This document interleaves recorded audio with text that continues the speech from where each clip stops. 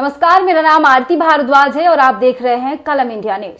अंतर्राष्ट्रीय योगा दिवस के मौके पे पूर्व उप मुख्यमंत्री सुशील कुमार मोदी का बयान सामने आया है। उन्होंने कहा कि न्यूयॉर्क में योग दिवस के मौके पे आयोजित कार्यक्रम में प्रधानमंत्री नरेंद्र मोदी शामिल होंगे। साथ ही उन्होंने नीतीश कुमार पे चुटकी लेते हुए कहा कि वो खुद तो योगा करते हैं लेकिन कभी योगा को प्रचारित नहीं करते हैं। मैंने उनसे कई बार कहा था कि आप स्कूल और कॉलेजों में योगा का प्रचार कीजिए, और वो कभी भी योग दिवस के मौके पे कार्यक्रम में शामिल नहीं हुई और नहीं जदयू के कोई भी नेता योग दिवस के मौके पे कार्यक्रम में शामिल होते हैं। साथ ही विपक्षी एकता पे भी उन्होंने चुटकी ली और कहा कि कांग्रेस मुक्त भारत लोग चाहते हैं या फिर बीजेपी मुक्त। यहाँ बंगाल की मुख्यमंत्री ममता बनर्जी कह रही हैं कि बंगाल में टीएमसी चुनाव लड़ेगी, कांग्रेस नहीं। और साथ ही उन्होंने और कईयों के नाम ली। साथ ही उन्होंने कहा कि अरविंद केजरीवाल कह रहे हैं कि दिल्ली और पंजाब में कांग्रेस चुनाव नहीं लड़े। केसीआर कह रहे हैं कि तेलंगाना में कांग्रेस को चुनाव नहीं लड़ना चाहिए। क्षेत्रीय दल कांग्रेस मुक्त भारत चाहते हैं। कांग्रेस को तय करना है कि कांग्रेस मुक्त भारत चाहती है या फिर क्या चाहती है। और 23 तारीख को होने वाली बैठक भाजपा मुक्त के लिए हो रही है। बड़ी है पूरे विश्व में मोदी जी के आने के बाद। देखिए, आज योग दुनिया के 150 से ज़्यादा देशों में आज योग दिवस मनाया जा रहा है और स्वयं प्रधानमंत्री जी न्यूयॉर्क में यूनाइटेड नेशंस जो हेडक्वार्टर है वहाँ पर योग कर रहे हैं।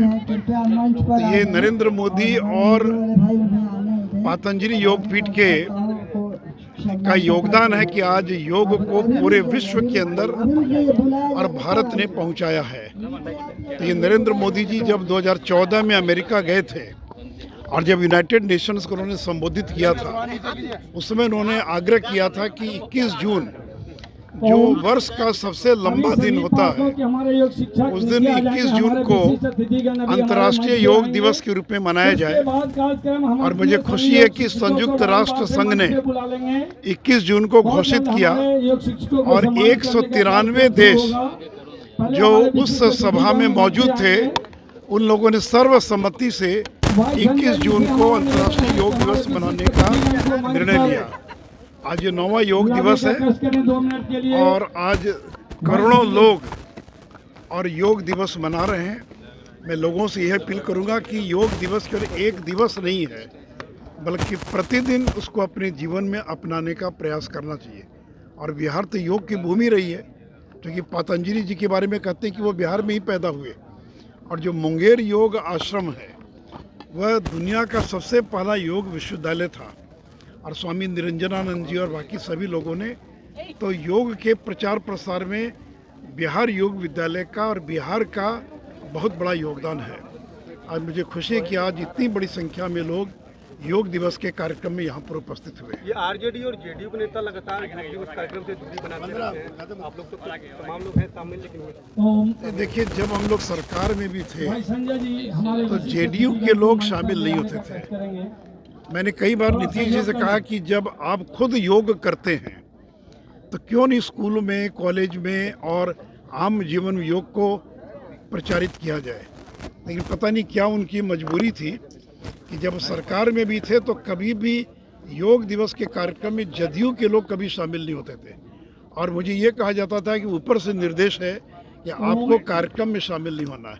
इसका देखिए राजनीति से क्या संबंध है? ये तो गैर राजनीतिक कार्यक्रम है। अगर दुनिया के 150 से ज़्यादा देशों में योग दिवस मनाया जा रहा है तो क्या वो बीजेपी का कार्यक्रम है या संघ परिवार का कार्यक्रम है? ये तो पूरी दुनिया को योग भारत की देन है। लेकिन नीतीश कुमार जब साथ में भी थे तो उनको लगता था कि नरेंद्र मोदी को किसी चीज़ का श्रेय नहीं मिलना चाहिए। इसलिए सरकार में साथ रहते हुए भी कभी उन्होंने न तो स्वयं योग दिवस के कार्यक्रम में शामिल हुए, बल्कि अपने कार्यकर्ताओं को, नेताओं को, विधायकों को, मंत्रियों को योग दिवस के कार्यक्रम में शामिल होने से मना करते रहे। यहाँ तक कि इसी कंपाउंड में स्वास्थ्य विभाग की ओर से कार्यक्रम होता था। मुख्यमंत्री थे नीतीश जी, लेकिन एक भी जनता दल यू का एमएलए कार्यकर्ता कभी योग दिवस के कार्यक्रम में शामिल नहीं हुआ। सर, 23 जून को जो बैठक होनी है, अब लग रहा है कि मुख्यमंत्री आवास में ये बैठक होगी। सबसे पहले क्या कहेंगे? नहीं, देखिए, बैठक कहीं भी हो, लेकिन ये जो बैठक हो रही है ये वास्तव में भाजपा मुक्त भारत नहीं, बल्कि कांग्रेस मुक्त भारत बनाने के लिए बैठक हो रही है। हमारे मैं इसलिए कह रहा हूँ क्योंकि ममता बनर्जी कह रही है कि कांग्रेस को बंगाल में चुनाव नहीं लड़ना चाहिए, यानी बंगाल में केवल टीएमसी चुनाव लड़े, यानी बंगाल कांग्रेस मुक्त हो जाए। अरविंद केजरीवाल कह रहे हैं कि दिल्ली में और पंजाब में कांग्रेस को चुनाव नहीं लड़ना चाहिए। केसीआर कह रहे हैं कि तेलंगाना में चुनाव नहीं लड़ना चाहिए। तो यानी ये जो क्षेत्रीय दल हैं ये तो कांग्रेस मुक्त भारत चाहते हैं कि कांग्रेस मुक्त हो जाए उनका राज्य। अखिलेश यादव कह रहे हैं कि मैं 80 सीटों पर चुनाव लड़ूंगा, कांग्रेस हमारी मदद करे।